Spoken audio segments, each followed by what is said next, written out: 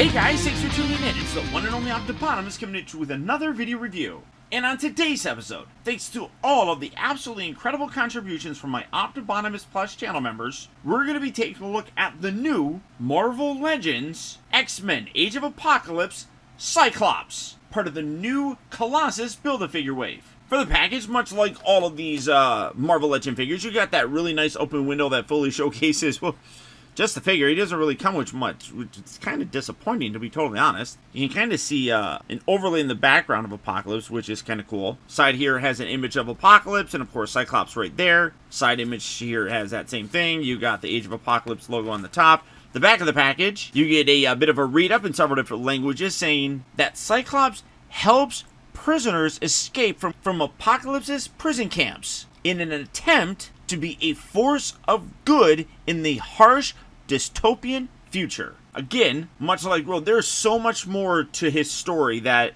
this really doesn't do it justice. But you got all the other figures in this wave, including Rogue, obviously Cyclops, you got Sabertooth, Kitty Pryde, Iceman, Legion. You do have Magneto, but he doesn't come with any Build-A-Figure pieces, so when you collect these ones, you're able to create the Age of Apocalypse version of Colossus, which looks fantastic. I love how he looks. I can't wait to build that guy. But for the packaging on this guy, that's about it. So without further ado, let's get him out here and see how cool he actually is. Alright, and here we have Cyclops open up and out of his packaging. Again, doing a little bit of a background on this particular version of the character. Originally, both he and his brother Alex were orphaned. His father was presumably killed by the Shi'ar Empire, and while at the orphanage, both of them were adopted by Mr. Sinister, who instantly took a liking to Scott due to his genetics and his natural leadership abilities. Both he and Alex then were basically raised by Sinister as very high-ranking servants of Apocalypse. And while that preference from Sinister for Scott grew and grew over time, the resentment for Alex for Scott also grew. And Alex was always a bit kind of weary of Scott's attitude. There were a lot of times that Scott really seemed to almost sympathize with the mutants and humans. And this is something that really did annoy Alex. He didn't have really any evidence other than just some weird sort of kind of tendencies by Cyclops here. But what Alex didn't know was that Cyclops actually did sympathize with him, and many times thought about releasing several. One of those was Jean Grey, who Scott instantly felt a connection to. As I talked about in my review some time ago of Jean Grey, she was also captured and experimented on. Sinister basically then was able to take his DNA, her DNA, and create Nate Grey, who became X-Man. While Jean was in the pens, Cyclops went to actually go and release her, but was interrupted by Weapon X, who through a fierce battle between Cyclops and Weapon X resulted in Cyclops losing his left eye and Weapon X losing his hand. Eventually, it did come out that Cyclops was helping him, and it was discovered by Alex, who again had a tremendous amount of resentment for Cyclops, had no problem attacking him, and using his power, actually did end up killing both Scott and Jean Grey. Retribution then came at the hands of Wolverine, who in a fit of anger attacked Alex and killed him. So again, like I said, even in this alternate reality, a lot of the characteristic traits of a lot of these different characters still remains true. Despite the upbringing of Scott Summers, he had an inherent leadership ability to him, as well as a concern for other people. Also, that little love triangle thing between him, Jean Grey, and Wolverine existed here. So really fun. Now for the figure himself, for some reason, it's really kind of unfortunate. There's not a lot of accessories that are coming with Marvel Legend figures recently. The only thing that you get is a leg. This is the left leg of Colossus. You know, we're going to attach all this later on, but you can see he's got his metallic skin look right there. Very cool looking. All the articulation is there. We'll do a full review of this when time comes, but this is the only accessory that you get. Looks cool, but it is what it is. And then you just have him. Again, I kind of criticized the Rogue figure for not coming with at least a baby Charles Xavier, a baby Charles, I should say.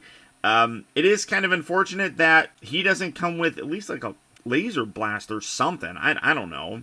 Maybe an alternate head where you can kind of get the eye piece showing, because you can't really, I'm trying to see right here, it doesn't really look like there's really, no, that's just a completely blocked off sort of thing. So you can't really see underneath there and everything, but really very cool looking figure as well. You can see you got a nice gold arm here with this. Now you do got some of that, well, no, it doesn't even look like it's swirly. It just kind of looks like it's sculpted with damage in it. Let me come in a little bit more here. It just kind of looks like there's damage sculpt. There might be some swirly plastic in there, but honestly it just kind of looks like some extra paint in there, giving, like I said, a little bit of a damaged look, but also kind of makes it look like it's got that swirly gold plastic, which no collectors really like to see. But you also have the little belt section right here that goes around to create a shoulder harness thing. Gorgeous head sculpt. That turned out really good. I'm going to come back in so you can see that. That looks really good. You can see he kind of has a bit of a scowl right there. You got his optic blast from that eye, because he doesn't have another eye. You got the little mouthpiece right there, but really good prelate. I think that's what his rank was, prelate Summers. And then you can see you got the arm on this side, which is the regular flesh, whereas this one has that, and then the arm sections down here for the forearms are basically the exact same. So overall, I mean, really very, very cool looking. The rest of them is done up in a blue plastic, so not too terribly crazy or anything. Let's do some comparisons. His feet tend to, like, getting, like, the ratcheting is a little bit off on it. So let's get him standing there. And then let's have him there. And then for another comparison to another Cyclops, let's bring in another, I guess, 90s version of him, I should say. This is the, I don't even remember which one this actually was, but this is my preferred look for him. I love him wearing the little jacket. I think that looks cool. The little strip things around his legs suck and constantly are falling. Wow, that's really bad. Just keep that up there, and that, almost want to glue those, to be totally honest with you. So you can see that basically two versions of the 90s look form.